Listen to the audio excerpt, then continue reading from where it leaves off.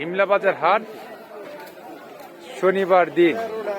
বাহ, কাস্টমার আর কাস্টমার। মরিচ, লাউ, পালং শাক। কাকু মরিচ কত কেজি? কত? 80 টাকা, একবারে সস্তা। কাকু বেগুন কত করে আসছে কেজি? 60 টাকা একটা নতুন বেগুন। কাকু মহিলা কত করে? 20 টাকা আলি। তাহলে তো সেই সস্তা। মুড়া গুলো তো বেশি হারলে।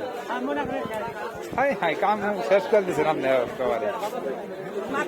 খালি সিম আর সিম, এর সবই আছে।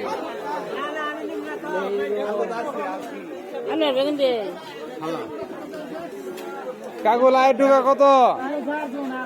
কাকু লাই টুকা